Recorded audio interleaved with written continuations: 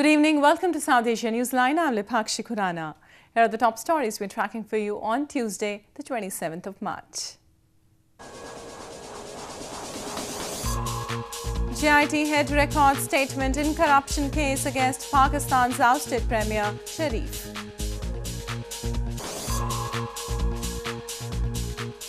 Taliban likely to increase the suicide attacks in Afghanistan, says General John Nicholson.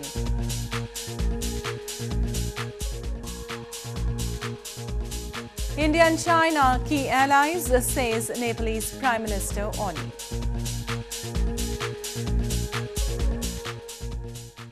And now for all the details, the Election Commission of India on Tuesday announced that southern Karnataka province will go to polls in one phase on this 12th of May.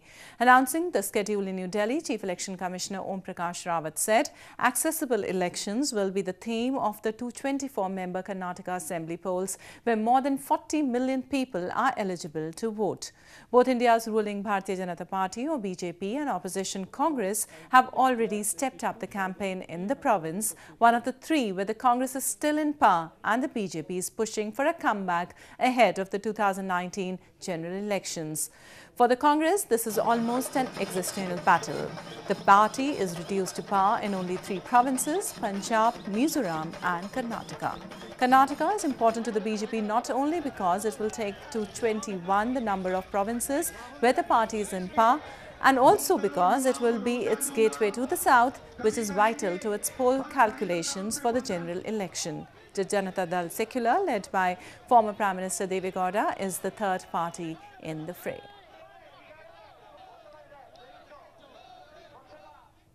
And in news from Pakistan, former Panama Papers case Joint Investigation Team or JIT head Wajid Zia on Tuesday recorded his statement and submitted several documents in even-field corruption reference against Pakistan's ousted Premier Nawaz Sharif and his family. An accountability court has been hearing 3 corruption references against Sharif and his family for owning assets beyond known sources of income. The references were filed by the National Accountability Bureau (NAB) in light of the Supreme Court's Panama Papers case verdict last year. Zia informed the court that Sharif's elder son, Hussain Nawaz, owned the Avonfield flats since 1993 to 1996. He also asserted that the signed documents submitted through the GIT by Sharif's children were forged. The hearing was later adjourned until Wednesday. Moving on, a Baloch political activist has alleged that with the multi-billion-dollar China-Pakistan Economic Corridor or CPEC project, the Chinese are looting the natural resources in Balochistan. The activist blamed China had military designs and not economic ones, and the day was not far when it would threaten even the West.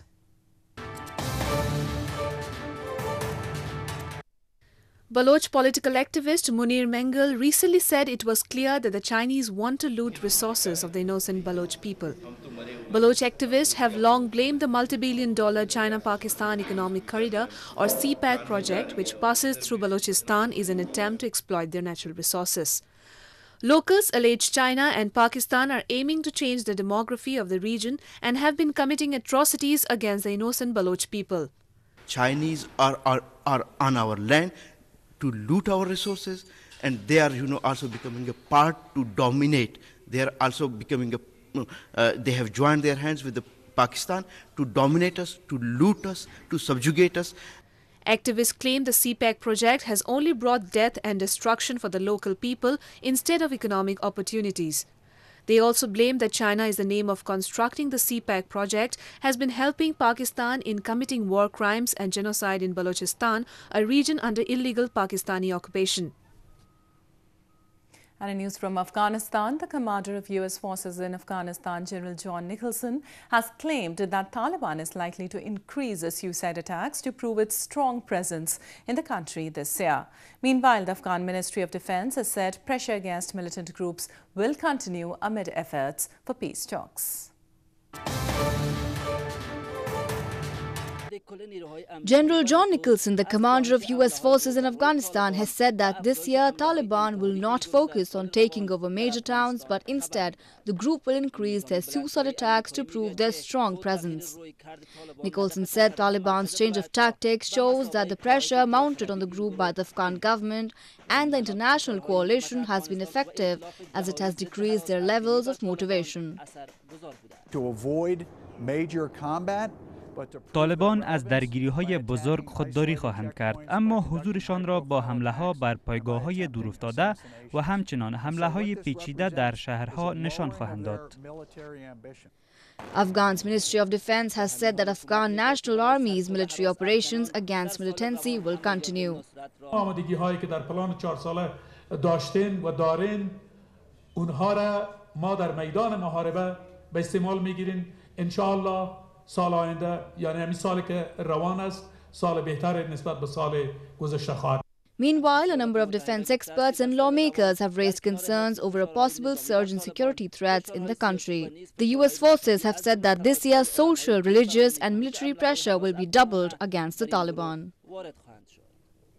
Moving on to news from Nepal, Nepal's Prime Minister Sharif Oli on Monday said India and China are an essential part of the Himalayan nation's foreign policy and it has its neighbourhood on its priority list. Oli made the remarks while addressing an event organised to launch a book on Nepal-China relations.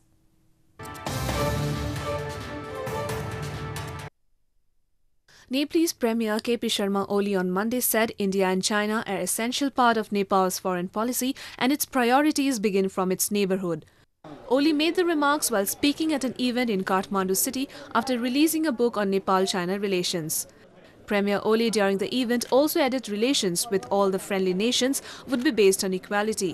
He said the policy is of friendship and hence it cannot be unequal and unbalanced. Oli was sworn in as the Prime Minister of Federal Nepal in February this year and since then is expected to boost the nation's ties with India and China. Nepal has been embroiled in political instability since a decade-long Maoist conflict ended in 2006 and the monarchy was abolished 2 years later. Oli, who is the 26th Prime Minister since protests led to the establishment of a parliamentary democracy in 1990, had earlier said he will promote peace, stability and development in the Himalayan nation. Fishermen in India's southern Rameswaram city on Monday announced an indefinite strike to demand the release of their boats and Indian fishermen in Sri Lankan prisons.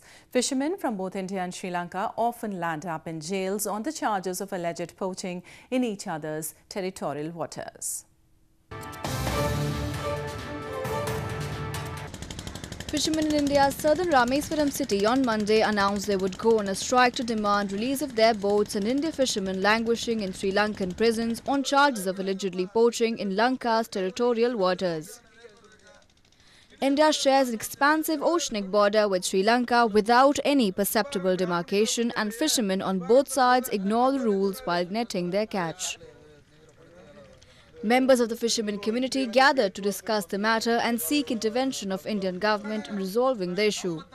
The community has decided to begin an indefinite strike from March 31st for their demands. சிறைப்பிடிக்கப்பட்டு 184 படகு தென்னசேரி உடைஞ்சிக்கிட்டு இருக்கு, அது சேதமாகிக்கிட்டு இருக்கு. மத்திய மாநில அரசாங்கம் பெரிய பெரிய தலானியை வச்சு தூங்கிட்டு இருக்காங்க, எந்த விதமான நடவடிக்கையும் எடுக்கல. மத்திய மாநில அரசோட கவனத்தை திருப்பணுங்கிற ஒரு நோக்கத்தோடையும் இலங்கை சிறையில் இருக்கக்கூடிய மீனவர்கள் தென்னசேரி நோய்வாய்ப்பட்டு உடம்பு ஊரா பொத்து புண்ணு அடிஞ்சிக்கிட்டு இருக்கிற நிலைமையில் அவங்க கஷ்டப்பட்டுக்கிட்டு இருக்காங்க. அவங்கள விடுவிக்க சொல்லியும் நாங்கள் ஒரு கூட்டம் போட்டு இன்றைக்கி ஒரு தீர்மானம் நிறைவேற்றிருக்கோம். அந்த தீர்மானத்தின் அடிப்படையில் வர 31ஆம் தேதி சனிக்கிழமை அன்னையிலிருந்து வேலை நிறுத்தம் ஆரம்பித்து அன்னைக்கு Sri Lanka has long fumed over poaching and illegal fishing by Indian fishermen that it says depletes the catch of its own fishermen. Fishermen from both countries frequently stray into each other's territory and end up spending years in jails. The UN Convention on the Law of the Sea states that fishermen who cross territorial waters can be warned and fined but not arrested. Authorities of Kaziranga National Park, located in India's northeastern Assam province, have begun a 2-day census for the endangered one-horned rhinoceros.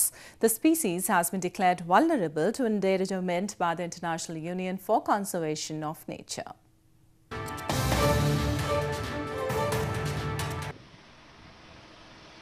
Authorities in Kaziranga National Park, a UNESCO World Heritage Site in India's northeastern Assam province, began a two-day census of the famed one-horned rhinoceros on Monday. Many rhinos were killed last year as a national park, home to two-thirds of the world's dwindling population of these thick-skinned animals, was inundated. The Assamese government has taken major steps towards Indian rhinoceros conservation, especially with the help of the Worldwide Fund for Nature, or WWF, and other non-governmental organizations. We are doing 36 blocks today, and tomorrow we'll be doing another 38 blocks. So in total 74 blocks in 2 days, and on the third day we are doing a sample count in 16 blocks. So this would be the entire process, and on the third day the tabulation will be done and the final results will be able to get it after tabulation. Spread over 166 square miles, Kaziranga National Park is a remarkable success story of conservation of the endangered one-horned Indian rhinoceros and other wildlife. In a simple yet unique wedding, more than 80 couples tied the nuptial knot at a mass marriage ceremony in India's southern Coimbatore city recently. The gesture by the government aimed at reducing financial burden on the families of the brides.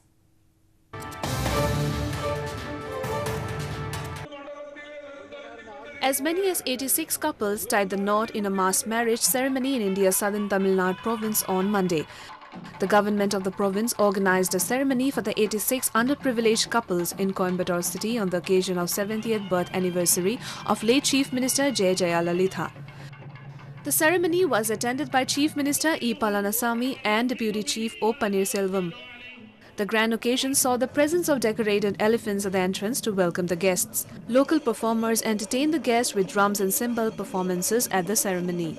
The provincial government also gifted basic items like cupboards, utensils and table to the newlyweds to mark the beginning of a new life. Guests turned up in huge numbers to bless the beaming couples who dressed up in traditional attire for the occasion.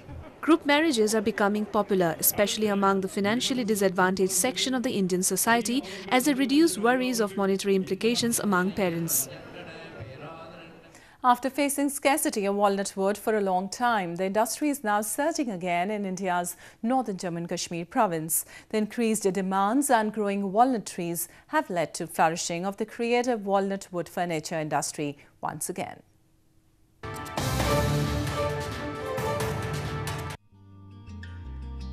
Kashmir is the valley of artisans where many arts have found their roots. One such art which remains an integral part of the valley's culture is the walnut wood carving. Artisans design and craft various products which are then sold in international and domestic markets. After facing scarcity of the raw materials, the walnut wood carving industries have once again begun to flourish after a long time in the valley due to increased demands. A variety of products are made from walnut wood, like dining tables, chairs, etc., and include a very fine work of art to make them more artistic and beautiful. बहुत सारे इसका response बहुत अच्छा है अब यहाँ पे कश्मीर में. इसका लगता है मुझे कश्मीर में अब बहुत ट्रेंड चला है इस walnut wood का. पहले नहीं था लेकिन अब चला है. Kashmir is the only part of India where walnut trees are found. Its color, grain, and texture are unique, and the carving and fretwork that is done on this wood is of the finest quality. इसमें बहुत कारीगरी है और इसमें बहुत ये show है, design है, इसमें अलग अलग किस्म के हैं, ये नक्शगारी है, चिनार है, ग्रेप्स है, दशलीफ और पंपोश है, लोटस है. लोग तो बहुत पसंद करते हैं, हर एक ये काम पसंद करता है, हर एक, चाहे वो फॉरेनर हो या जीसी हो हिंदुस्तान का या खुद कश्मीरी हो, लोग तो बहुत पसंद करते हैं. Walnut wood furniture has a global appeal. Wood industry of Kashmir has been brought to the international arena for intricate art of wood carving. The artisans of the valley have the required skill of making almost anything which is in demand across the globe. Well, that's all we have for you from South Asia this evening. Now, our viewers can watch the show on SouthAsiaNewsline.com. You can also visit us on Facebook.com/SAsiaNewsline and follow us on Twitter @SAsiaNewsline. That's all in tonight's edition. We'll see you same time tomorrow. Good night.